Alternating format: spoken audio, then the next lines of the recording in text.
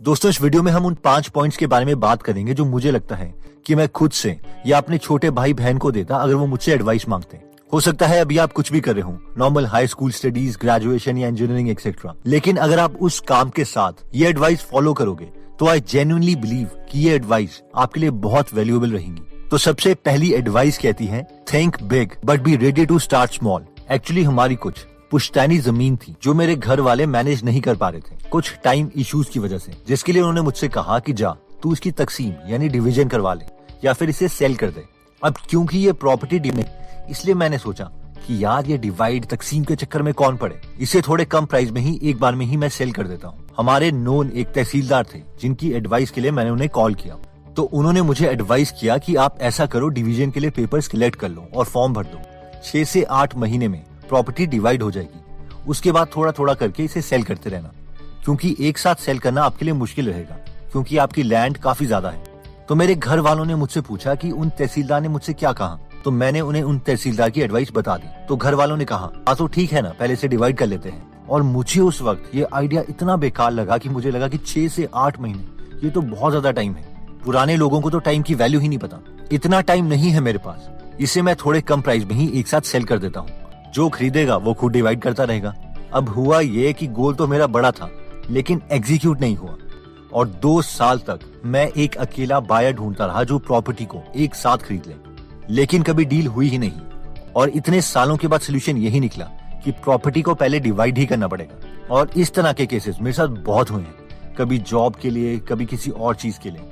इसलिए मुझे अपने एक्सपीरियंसेस के बाद ऐसा लगता है कि गोल तो बड़ा रखो, बहुत बड़ा, लेकिन छोटी एग्जीक्यूशंस के लिए तैयार रहो। नेक्स्ट एडवाइस कहती है, hit long term targets every day. ये पॉइंट कहता है कि हर रोज हमारे पास एक लिमिटेड एनर्जी है, इसलिए हमें उन्हें मोस्ट इंपॉर्टेंट कामों पर ही टारगेट करना चाहिए। फॉर एग्जाम्पल, अगर हम एक स्टूडेंट हैं और हम एक लॉन्ग रन में देखें तो खुद का खाना कुक करने के बजाय यही प्रेफर करें कि किसी हेल्पर की हेल्प ले ली जाए या टिफिन सर्विस ऑप्ट कर ली जाए। कुकिंग करने के बजाय उस टाइम को हम अपने मेन गोल की तरफ ओरिएंट कर पाएंगे, क्योंकि अगर हम देखें तो 10 साल के बाद हमारी लाइफ में ये बड़ा इम्पैक्ट नहीं क्रिएट करेगा कि हमने कितने बर्तन धोए या कितनी कुकिंग करी, लेकिन ये जरूर इम्पैक्ट करेगा कि अगर हम उस टाइम को यूटिलाइज करके कोई बड़ा एग्जाम क्लियर कर लेते हैं या कोई बड़ा बिजनेस खोल लेते हैं। ऑब्वियसली अब इसका ये मतलब नहीं है कि हम खाना किसी और से बनवाएं और खुद फिर टीवी देखने लग जाएं। इसका मतलब यही है कि हमें उस टाइम और फोकस्ड होके वो एनर्जी भी अपने मेन गोल पे ही टारगेट करनी है। इस कॉन्सेप्ट को आप इस डोमिनो इफेक्ट से समझ सकते हैं। यहाँ पर एक डोमिनो आपके डे टू डे डिसीजंस को दिखाता है। अगर आप कई सालों तक अपनी मैक्सिमम एनर्जी छोटे कामों से डिवाइड करके उन डिसीजंस में दें जो हमारे मेन गोल की तरफ जाएं, तो बड़े से बड़े टारगेट अचीव हो सकते हैं। नेक्स्ट पॉइंट कहता है, think long term in decades. मेरा एक रिलेटिव है जिसने रिसेंटली ही नॉन मेडिकल 12th पास की थी, जिसे हम सब ने एडवाइस किया कि वो सारे के सारे फॉर्म भर दे ताकि जिनमें भी सिलेक्शन होगी उनमें से बेस्ट ऑप्शन हम चूज कर लेंगे। बट वो बहुत एडमेंट था और उसने कहा नहीं, मुझे इंजीनियरिंग नहीं करनी, इस चीज में सेटल होने के लिए ही इतना टाइम लग जाता है और मैं लाइफ में ज्यादा टाइम वेस्ट नहीं करना चाहता, मुझे बस इंडियन आर्मी में जाना है। और बहुत समझाने पर भी उसने कोई भी फॉर्म इंजीनियरिंग का नहीं भरा।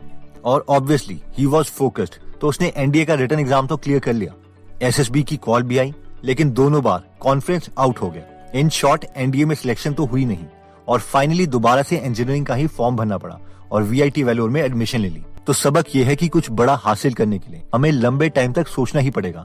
एटलीस्ट डिकेड्स में सोचो कि इस गोल के लिए हमें 10 से 12 साल तो लग ही जाएंगे। 1-2 साल में बहुत बड़ा अचीव नहीं हो सकता। वो टोनी रॉबिन्स भी कहते हैं ना कि most people over estimate what they can do in a year and they underestimate what they can do in 2 or 3 decades। यानी लोग सोचते हैं कि वो बहुत ज्यादा अचीव कर लेंगे 1 या 2 साल में, जितना कि वो अचीव नहीं कर पाते, लेकिन 10 से 20 सालों में जो वो अचीव कर सकते हैं उसे हम अंडर एस्टिमेट कर देते हैं। इसलिए बेटर है कि हम लॉन्ग टर्म सोचें। ओके, सो नेक्स्ट पॉइंट कहता है कि इन्वेस्ट इन योरसेल्फ। जब मैं ग्रेजुएशन कर रहा था तो मैंने कुछ बुक्स ऑर्डर की थी जिसका बिल 3-3.5 हजार रुपए था। अब ऑब्वियसली ये मेरे लिए भी ज्यादा थे, तो ये बिल देख के हमारे कॉलेज के एम्प्लॉय ने मुझसे कहा, इतनी महंगी बुक्स, इतना पैसा वेस्ट करने की क्या जरूरत थी। तो मैंने उससे कहा कि इतने रुपए में तो कई लोग रोज दारू की बोतल ही पी जाते हैं। और फिर वो सोचने लगा और फिर बोला, हाँ आप ठीक बोल रहे हो, कई लोग तो इससे बहुत ज्यादा 1 महीने में शराब में ही इतने पैसे वेस्ट कर देते हैं। कई बार मुझे ऐसा लगता है कि जो मैं इतने के कोर्सेज कर रहा हूँ या बुक्स में पैसे इन्वेस्ट कर रहा हूँ वो बहुत ज्यादा है, पर मैंने देखा है कि जब मैं इन सब बुक्स या कोर्सेज को इस तरीके से कंपेयर करता हूँ कि यार ये तो एक शू के प्राइस से भी कम है, या ड्रेस के प्राइस से कम है, या एक रेस्टोरेंट की मील के प्राइस से भी कम है, तो मैं बेटर डिसीजन ले पाता हूँ। और ऑब्वियसली इस इंफॉर्मेशन से हमें कटिंग एज तो मिलती ही है। नेक्स्ट पॉइंट कहता है think out of the box. इस पॉइंट का मतलब है कि कई बार हम किसी स्किल में इतने खो जाते हैं कि हम यही भूल जाते हैं कि क्या इस पर्टिकुलर चीज को करने से उतना फायदा हमें होगा भी जितना कि हमें चाहिए या नहीं। फॉर एग्जाम्पल, जब मैंने फर्स्ट टाइम गेट एग्जाम के लिए प्रिपेयर कर रहा था तो मैंने इलेक्ट्रिकल मशीन सब्जेक्ट में इतना टाइम दे दिया जितने नंबर ऑफ क्वेश्चंस उससे आने भी नहीं थे। क्यों? क्योंकि मुझे सब्जेक्ट पसंद था, जिसकी वजह से ऑब्वियसली ऑल इंडिया रैंक मेरा सफर किया। लेकिन जब इस एग्जाम को दोबारा ये सोच के दिया कि इस सब्जेक्ट से आधी मेहनत से मैं एक दो छोटे सब्जेक्ट को अच्छी तरीके से प्रिपेयर कर सकता हूँ, तो ऑब्वियसली स्कोर बहुत ज्यादा इंप्रूव हुआ। इन शॉर्ट, ये इनडायरेक्टली 80-20 प्रिंसिपल ही है, जो कहता है कि हमें 80% रिजल्ट 20% चीजों से मिलते हैं और हमें उन 20% को ढूंढ के उसके पीछे एग्रेसिवली काम करना है। यही स्मार्ट वर्क है, वरना करते रहो गधों की तरह मेहनत। तो दोस्तों, इस वीडियो में हमने 5 पॉइंट्स देखे जो मुझे लगता है कि आपको लाइफ में बहुत हेल्प करेंगे। जिसमें फर्स्ट पॉइंट हमने देखा था कि think big but be ready to start small. इस पॉइंट में हमने देखा था कि yes, goal should always be big but actions can be really really small. So छोटे एक्शंस लेने का मतलब ये नहीं है कि हम बड़ा नहीं सोच रहे हैं।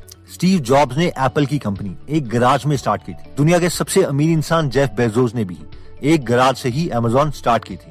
हमारे एपीजे अब्दुल कलाम सर की बिगिनिंग्स भी बहुत हम्बल थी। So think big but be ready to take small steps. Next point में हमने देखा था कि hit long term targets every day. इस पॉइंट में हमने देखा था कि क्योंकि एज अ ह्यूमन हमारे पास लिमिटेड एनर्जी है पर डे, और इसीलिए अगर हमारे कोई बिग गोल्स हैं, इसलिए हमें कोशिश करनी चाहिए कि हमारी एनर्जी उन छोटे स्टेप्स में यूज हो जो उन बड़े टारगेट्स को अचीव करने में हमारी मदद करें, जिसमें हमने डोमिनो इफेक्ट की वीडियो भी देखी थी। नेक्स्ट पॉइंट में हमने देखा था कि think long term in decades.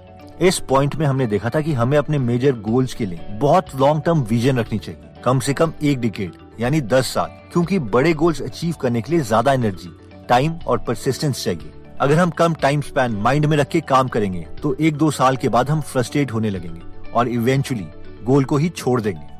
Next point में हमने देखा था कि इन्वेस्ट इन योरसेल्फ, जिसमें हमने देखा था कि जब भी हम अपने ऊपर पैसे इन्वेस्ट कर रहे हैं, चाहे वो जिम मेंबरशिप हो, एजुकेशन हो या कोई बुक हो, और हमें लगे यार ये तो कॉस्टली है, तो ये थिंकिंग मॉडल मुझे लगता है कि हमेशा इस डिसीजन मेकिंग में काम आता है, जो कि है यार इतने पैसों में तो मेरा एक शू ही आएगा जो 6 महीने के बाद दोबारा से फट जाएगा। इससे बेटर है कि मैं खुद की नॉलेज में इन्वेस्ट करूं। नेक्स्ट पॉइंट में हमने देखा था कि think out of the box. In short, मेरे ओपिनियन में जब हम किसी चीज में बहुत मेहनत कर रहे होते हैं तो हम उस टास्क की डिटेल्स में इतना खो जाते हैं कि यही भूल जाते हैं कि हम जो कर रहे हैं उससे हमें फायदा उतना मिलेगा भी या नहीं।